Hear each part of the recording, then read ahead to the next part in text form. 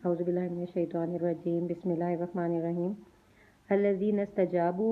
वो लोग जिन्होंने हुक्म कबूल किया, लिल्लाहि अल्लाह ताला के लिए, व रसूलिही और उसके रसूल का, यानी हुक्म कबूल किया अल्लाह का और उसके रसूल का, मिन बादी बाद उसके, मा असाबहुम जब पहुँची थी उनको, अलकरहु तकलीफ़ या ज़ख़म, लिल्लज़ीना यही वो लोग हैं, ahsanu जो कि भलाई करते हैं, मिनहुम उनमें से, यानी जो नेकी की उन्होंने, वत्तकू और वत्तकौ और वो तकवा इख्तियार करते हैं, अज्रुन अजीम उनके लिए बहुत ज़्यादा अजर है। ये जब गुज़वा उहुद से गुज़वा उहुद से जब वापस आ रहे थे मुसलमान भी मदीने की तरफ और कुफ़ार जो थे मक्का की तरफ जा रहे थे, तो रास्ते में उनको ख्याल आया कुफ़ार को कि हमने एक नहायत सुनहरी मौका ज़ाया कर दिया है। मुसलमान शिकस्त खोर्दगी की वजह से बेहौसला और खौफज़दा हो गए हैं,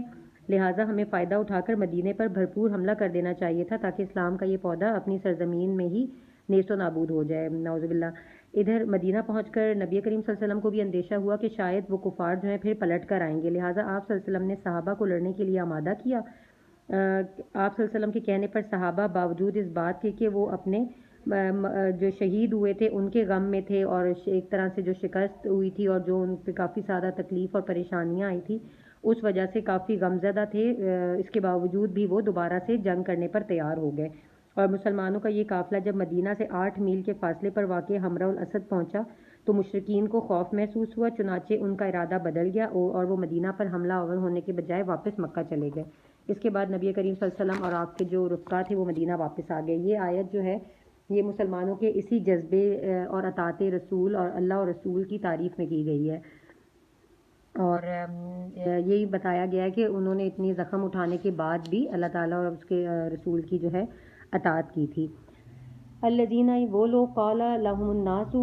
कहा जिन्होंने लोगों से, इन्नन्नासा के बेशक लोग कद जमाउ लकुम जमा कर लिए गए हैं तुम्हारे लिए, फ़ख्शौहुम पस तुम डरो उनसे, फ़ज़ादहुम तो ज़्यादा हो गया ईमानन उनका ईमान, वक़ालू और कहा उन्होंने, हस्बुनल्लाहु काफ़ी है हमें अल्लाह ताला,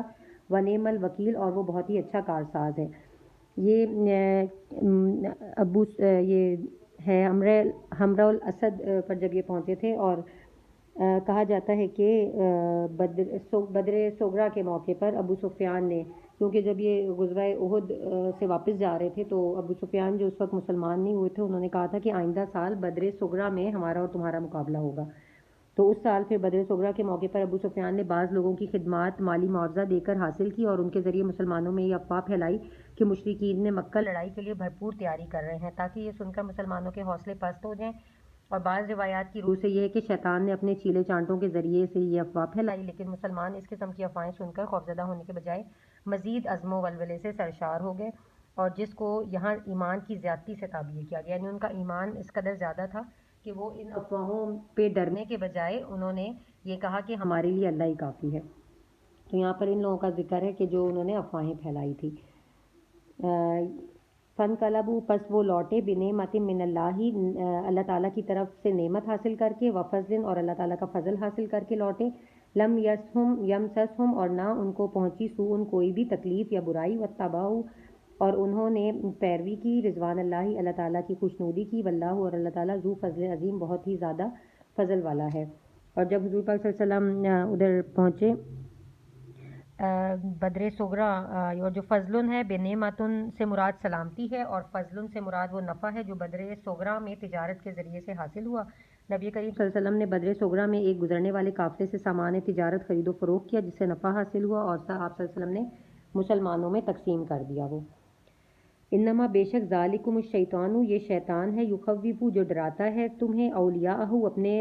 साथियों के हमरा, फ़ला तख़ाफ़ूहुम पस ना तुम खौफज़दा हो उससे, वख़ाफ़ूनी और तुम मुझी से डरो, इन कुंतुम मोमिनीन अगर तुम ईमान रखते हो। यानी यहाँ पर बताया गया है कि ये जो है शैतान है जो दिल में वसवसे और डालता है और खौफ पैदा करता है कि अल्लाह के रास्ते में ना निकलो, लेकिन अल्लाह ताला से ही सबको चाहिए कि अल्लाह ताला से ही डरें। वला यहज़ुनकल्लज़ीना और आप ना गमगीन हो, अल्लज़ीना उन लोगों के बारे में, युसारिऊना फिल कुफ्री जो कि कुफर में बहुत आगे निकल गए हैं, इन्नहुम बेशक वो लै यज़ुर्रुल्लाह नहीं तकलीफ़ पहुँचा सकते अल्लाह ताला को, शैयन कुछ भी, यानी कोई भी नुकसान वो नहीं पहुँचा सकते अल्लाह ताला को। युरीदुल्लाहु चाहता है अल्लाह ताला, अल्ला यजअल लहुम के ना बनाए उनके लिए, हज़्ज़न कोई हिस्सा, फिल आखिरती आखिरत में, यानी कुफ़ार के लिए कोई भी हिस्सा نہ بنائے اللہ تعالیٰ یہ چاہتا ہے. وَلَهُمْ عَذَابٌ علیم اور ان کے لیے بہت بڑا عذاب ہے. ان الذین بے شک وہ لوگ اشتروا الکفر جنہوں نے خرید لیا کفر کو بالایمان ایمان کے بدلے لن یضروا اللہ ہرگز نہیں وہ نقصان پہنچا سکتے اللہ تعالیٰ کو شیئن کچھ بھی. وَلَهُمْ عَذَابٌ علیم اور ان کے لیے بہت ہی دردناک عذاب ہے. وَلَا يَحْسَبَنَّ الَّذِينَ اور نہیں گمان کیا الَّذِينَ كَفَرُوا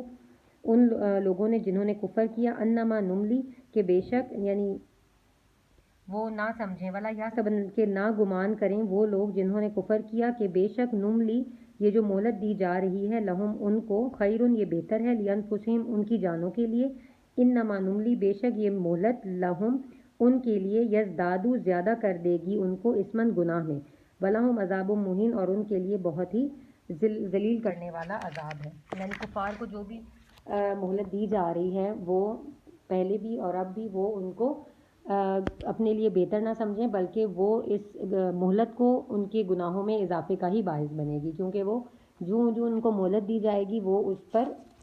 کچھ سوچنے سمجھنے کے بجائے اس کو اپنا فائدے میں ہی سمجھیں گے اور وہ مزید گناہ پر گناہ کیے جائیں گے. ما کان اللہ نہیں ہے اللہ تعالیٰ ایسا لیذر المؤمنین کہ وہ چھوڑ دے ایمان والوں کو علی ما انتم جس پر وہ تھے علیہ جس پر حتیٰ یہاں تک کہ یمیز الخبیثہ کہ اللہ تعالیٰ فرق کر دے یعنی الگ الگ کر دے خبیث ناپاک کو من الطیب پاک سے.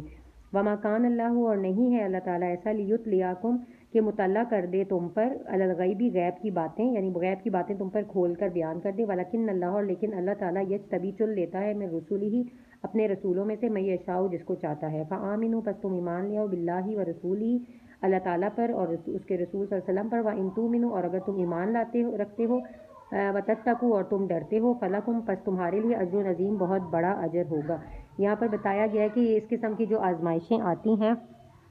یہ اس وجہ سے آتی ہیں تاکہ پتہ چل جائے کہ کس کا ایمان بہت مضبوط ہے کس کا ایمان تھوڑا کمزور ہے کون منافق ہے کون سچا مسلمان ہے اور کون کافر ہے. تو کیونکہ غیب کا علم تو ہر ایک کو نہیں ہوتا نہ حضور پاک صلی اللہ علیہ وسلم کو غیب کا علم تھا تو اللہ تعالیٰ اس قسم کی آزمائشیں ڈال کر صاف پتہ چل جاتا تھا کہ کون جو ہے وہ منافق ہے اور کون جو ہے وہ مسلمان ہے. تو اور اللہ تعالیٰ غیب کا علم بھی اللہ تعالیٰ جس کو چاہتا ہے چن لیتا ہے غیب کا علم بتانے کے لیے. تو اس ورنہ اللہ تعالیٰ کے سوا جو ہے کوئی بھی غیب کا علم نہیں جانتا. اور اس میں یہ کہ ٹھیک ہے یہ بھی ہو گیا. آگے ولا یحسبن الذین اور نہ گمان کریں الذین وہ لوگ یبخلون کہ جو بخل کرتے ہیں کنجوسی کرتے ہیں بما آتاہم اللہ اس مال پر جو دیا اللہ تعالیٰ نے ان کو من فضلہ اپنے فضل سے ہوا خیر لہم کہ وہ بہتر ہے ان کے لیے. یعنی کہ وہ لوگ یہ گمان نہ کریں کہ جو یہ کنجوسی کرتے ہیں جو مال اللہ نے ان کو دیا ہے اس میں جو یہ کنجوسی کرتے ہیں لوگوں کو دینے میں یہ ان کے لیے بہتر ہے بلکہ ہوا شر لہم وہ ان کے لیے بہت ہی برا ہے. سیطوقون جلد ہی توق ڈالے جائیں گے ان کو ما بخلوا جو بخل کیا تھا انہوں نے بھی جس مال پر یوم القیامتی قیامت کے دن. وللہ اور اللہ کے لیے ہی میراث السماواتی زمین آسمان والارضی اور زمین اور آسمان کی میراث اللہ تعالیٰ کے لیے ہے. واللہ اور اللہ تعالیٰ بما تعملون خبیر اس سب کو جو تم کرتے ہو اس سے باخبر ہے. یعنی یہاں پر بتایا گیا ہے کہ اس میں بخیل اور کنجوس کا بیان کیا گیا ہے کہ جو اللہ تعالیٰ کے دیے ہوئے مال کو اللہ کے راستے میں خرچ نہیں کرتا حتیٰ کہ اس میں سے فرض زکوٰۃ بھی نہیں نکالتا. تو صحیح بخاری کی حدیث میں آتا ہے کہ قیامت والے دن اس کے مال کو ایک زہریلا اور نہایت خوفناک سانپ کا توق کی طرح بنا کر توق کی طرح اس کے گلے میں ڈال دیا جائے گا. وہ سانپ اس کی بانچیں پکڑے گا اور کہے گا کہ میں تیرا مال ہوں میں تیرا خزانہ ہوں. تو اس لیے یہاں پر بتایا جا رہا ہے کہ اللہ تعالیٰ جو ہے اللہ تعالیٰ نے جو مال دیا ہے یعنی کہ انسان کے تو اختیار میں نہیں ہے کہ وہ مالدار ہو. اللہ تعالیٰ کے فضل سے اگر اس کو اللہ تعالیٰ نے اپنا فضل عطا فرمایا اور اس کو مالدار کیا ہے تو اس پر شکر کرنے کا یہ طریقہ ہے کہ وہ اللہ تعالیٰ کا دیا ہوا مال اللہ کے بندوں پر خرچ کرے. یعنی شکر کا ایک طریقہ یہ بھی ہوتا ہے کہ نہ صرف ہم زبانی اللہ تعالیٰ کا شکر ادا کریں بلکہ شکر کا ایک طریقہ یہ بھی ہے کہ آپ اللہ کی دی ہوئی تمام نعمتوں کو اسی کے راستے میں استعمال کریں اسی کے بندوں پر استعمال کریں اسی کے ہی راہ میں خرچ کریں اور اچھائی کے لیے استعمال کریں اور بری چیزوں کے لیے یا برے راستے میں اللہ تعالیٰ کی نعمتوں کو مت استعمال کریں. تو یہ شکر کا جو ہے ایک طریقہ ہے. جو بھی اللہ تعالیٰ نے ہمیں دیے ہوئے جسمانی اعضاء دیے ہوئے ہیں دماغ آنکھیں ناک کان منہ مال دولت صحت عزت طاقت جو کچھ بھی دیا ہوا ہے جس کو بھی تو اس کو اللہ تعالیٰ کے راستے میں استعمال کریں، اللہ تعالیٰ کے بندوں پر خرچ کریں تو اللہ تعالیٰ کی نعمت کا از خود جو ہے یہ شکر ادا ہوتا ہے ایک طرح سے. تو جزاک اللہ. پھر آگے پڑھتے ہیں. صدق اللہ العظیم.